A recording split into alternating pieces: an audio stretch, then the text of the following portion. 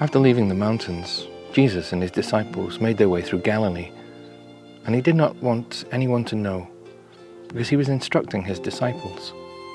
He was telling them, the Son of Man will be delivered into the hands of men. They will put him to death, and 3 days after he has been put to death, he will rise again. But they did not understand what he had said, and were afraid to ask. They came to Capernaum, and when he was in the house, he asked them, "What were you arguing about on the road?" They said nothing, because they'd been arguing which of them was the greatest.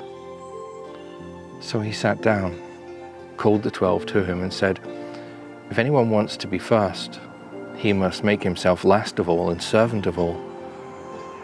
He then took a little child, set him in front of them, put his arms round them, and said to them, "Anyone who welcomes one of these little children in my name welcomes me. And anyone who welcomes me welcomes not me, but the one who sent me."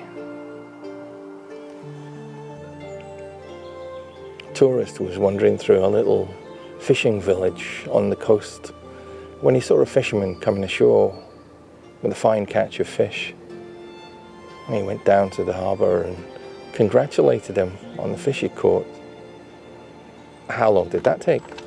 asked the tourist. "Oh, a couple of hours," says the fisherman. "And what do you do with the rest of the time?" said the tourist. "Oh, I relax, drink a few beers, enjoy the peace of the village, catch up with friends, family, play with the kids." "Yeah," says the tourist, "but if you stayed out a little longer and caught a few more, you could sell the extra, make a little extra cash. In time, you could save up and buy a bigger boat and catch more fish. Maybe eventually buy 2 boats, employ someone to look after them for you. In time, you'd have a business. Maybe 20, 25 years' time, you'd be able to sell it and retire and live off the money that you make." "And what would I do then?" said the fisherman. "I don't know. Fish a little, maybe. Enjoy the sunshine, the peace of the little village that you live in. Drink a few beers, spend time with friends." "But that's what I do now," said the fisherman. The tourist walked away, not saddened, but a little wiser.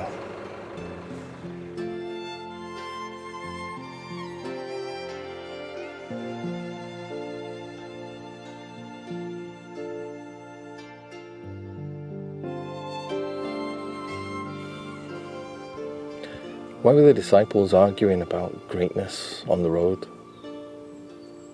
What did it matter who were the greatest? What did they think it meant to be the greatest? Or even to be great? For me, their arguing just shows how poorly the disciples had understood what Jesus had been talking about. I've got a kind of love-hate relationship with ambition. Ambition in general, I suppose, is a good thing. It can inspire us to grow, to strive, to reach for our potential, to be the best we can be. And that's probably a good thing, isn't it? My problem with ambition is what we can be ambitious for. To be the best version of ourselves, yeah, that's fine. But what does it mean? What about ambition for wealth, or power, or success, or promotion, or recognition? Are they necessarily part of being the best version of ourselves? Are they necessarily good things? If the goal of a disciple is to become more like the Master, what part does wealth or popularity or progressing in a career play in our imitation of Christ?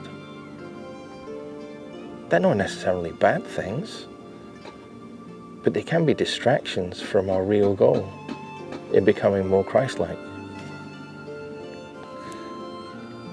The fisherman in Heinrich Böll's story had his eye on his goal. His ambition wasn't to be the best fisherman in the world. It wasn't for bigger boats or larger catches or success in the eyes of others. It was in living for the moment, not the future.